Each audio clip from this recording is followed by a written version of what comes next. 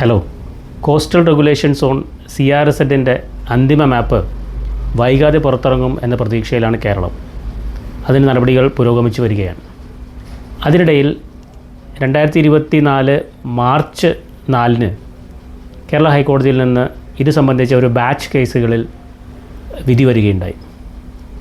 ഈ വിധി പല രീതിയിൽ ചർച്ചകൾക്ക് വിധേയമാക്കാവുന്നതാണ്. ഒന്ന്, അതിൽ 2009, 2010 കാലഘട്ടങ്ങളിലൊക്കെയുള്ള കേസുകളാണ് കൂടുതലും. 2012 കാലഘട്ടങ്ങളിലുള്ളതൊക്കെയുണ്ട്. ആ കേസുകളിൽ അന്ന് മുതൽ സ്റ്റേ നിലനിന്നിരുന്നതും പിന്നീട് ഇപ്പോൾ വാദത്തിനെടുത്തത് ഡിസ്പോസ് ചെയ്യുന്ന സമയത്ത് ഈ നിലവിലുണ്ടായിരുന്ന സ്റ്റേ മൂലം അതിൻ്റെ ആളുകൾക്ക് അവകാശങ്ങൾ അക്രൂ ചെയ്ത് വന്നിട്ടുള്ളത് കൊണ്ട് എന്ന കാരണങ്ങളൊക്കെ കൂടി പറഞ്ഞിട്ടുണ്ട്. എന്താണെങ്കിലും അതിൻ്റെ അന്തിമ ഉത്തരവിലെ ഭാഗം അന്ന് കുറേ കെട്ടിടങ്ങൾക്ക് CRZ വയലേഷൻ ഉണ്ടായതിൻ്റെ പേരിൽ പൊളിക്കാനായി നോട്ടീസ് കൊടുത്തത്, കെട്ടിട നിർമ്മാണങ്ങൾ നിയമലംഘനമുണ്ട് എന്ന് പറഞ്ഞ് നോട്ടീസ് കൊടുത്തത് റദ്ദാക്കുകയാണുണ്ടായത്. അതിനുശേഷം ഇത്തരം റദ്ദാക്കപ്പെട്ട നോട്ടീസുകളെല്ലാം ഇനി പുതിയ മാപ്പ് വരുമ്പോൾ അതുമായി ബന്ധപ്പെട്ട് ആ മാപ്പിലെ നിശ്ചിത അളവുകളുടെ കാര്യങ്ങൾ പരിഗണിച്ച് പുതിയതായി വീണ്ടും പരിഗണിക്കാനാണ് പറഞ്ഞിട്ടുള്ളത്. ഇവിടെ 2-3 കാര്യങ്ങൾ ശ്രദ്ധേയമാണ്.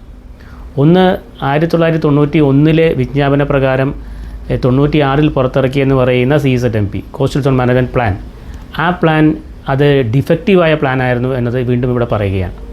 ആ പ്ലാനിൽ ശരിയായ കഡസ്ട്രൽ മാപ്പ് അതിനോടൊപ്പം സമർപ്പിക്കാതിരുന്നത് കൊണ്ട് അത് വീണ്ടും സമർപ്പിക്കാൻ അന്ന് ആവശ്യപ്പെട്ടുവെങ്കിലും അതോടൊപ്പം തന്നെ ചില കേസുകളുടെയൊക്കെ ഭാഗമായി അന്നത്തെ 96 CZMP coastal zone management plan എല്ലാ പഞ്ചായത്തുകളിലും എല്ലാ താലൂക്കുകളിലും മുനിസിപ്പാലിറ്റി അങ്ങനെയുള്ള എല്ലാ സ്ഥലങ്ങളിലും ഗവൺമെൻറ് ഗസറ്റിലും 2 ലോക്കൽ ന്യൂസ് പേപ്പറുകളിലും എല്ലാം പ്രസിദ്ധീകരിക്കാൻ അന്ന് ആ കാര്യങ്ങൾ പറഞ്ഞുകൊണ്ട് കോടതി ഉത്തരവിട്ടിരുന്നു.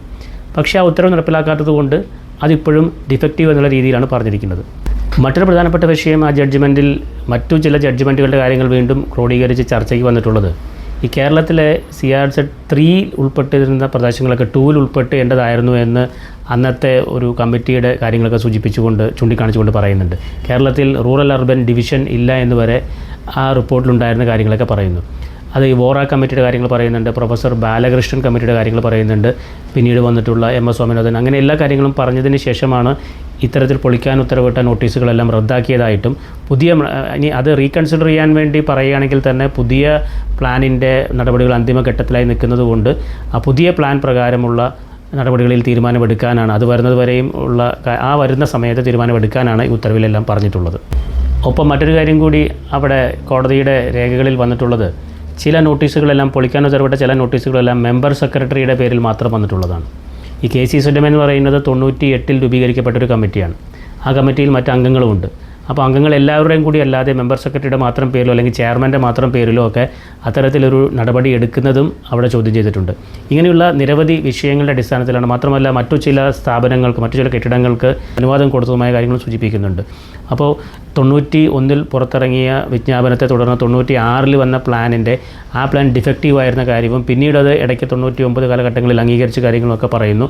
അതിനുശേഷം 2011 വന്ന പ്ലാൻ, പിന്നീട് 2011 ഇറങ്ങിയ വിജ്ഞാപനം നോട്ടിഫിക്കേഷൻ, പിന്നീട് 2019 ഉള്ള പ്ലാനിൽ അംഗീകരിച്ച കാര്യവും ഇപ്പോൾ 2019 വിജ്ഞാപനം അതിൻ്റെ പ്ലാൻ അന്തിമ രൂപീകരണ ഘട്ടത്തിൽ നിൽക്കുന്ന കാര്യങ്ങളൊക്കെ സൂചിപ്പിച്ചാണ് നിലവിൽ ഇങ്ങനെ പൊളിക്കാനുണ്ടായിരുന്ന നോട്ടീസുകളൊക്കെ റദ്ദാക്കി ഒപ്പം അത് വീണ്ടും പുനഃപരിശോധിക്കാൻ, ആ പുനഃപരിശോധിക്കേണ്ടത് പുതിയ പ്ലാൻ വരുമ്പോൾ അങ്ങനൊരു പുനഃപരിശോധനയ്ക്ക് വിധേയമാക്കുക എന്നുള്ളതാണ് ഈ വിധിന്യായത്തിൽ പറഞ്ഞിട്ടുള്ളത്. അപ്പോൾ ഏതായാലും പുതിയ പ്ലാനിന് വേണ്ടി കാത്തിരിക്കുന്ന ആളുകൾക്ക് ഇപ്പോഴുള്ള ഇങ്ങനെയുള്ള നോട്ടീസ് കിട്ടിയ ആ നോട്ടീസിൽ ഉൾപ്പെട്ട ആളുകൾക്കും അവർക്കും ഇനി പുതിയ പ്ലാനിന് വേണ്ടി കാത്തിരിക്കണം. പുതിയ പ്ലാൻ വരുമ്പോൾ ഇതിനെ സംബന്ധിച്ച് വസ്തുതാപരമായ കാര്യങ്ങളിലേക്ക് ഏർപ്പെട്ടുകൊണ്ട് അതിൻ്റെ HTL നിന്ന് അളവ് ഉൾപ്പെടെയുള്ള കാര്യങ്ങളൊക്കെ അവിടെ ചർച്ചയായിട്ട് വരും. മറ്റൊരു കാര്യം കൂടി അവിടെ ചേർത്ത് പറഞ്ഞത് ബാക്ക് വാട്ടർ ഐലൻഡ്സിന് 50 മീറ്ററാണ്. അപ്പോൾ ഇതിനകത്ത് ചില കേസിൽ വന്ന കാര്യങ്ങളിലെല്ലാം 72 മീറ്ററൊക്കെ അകലമുണ്ട്.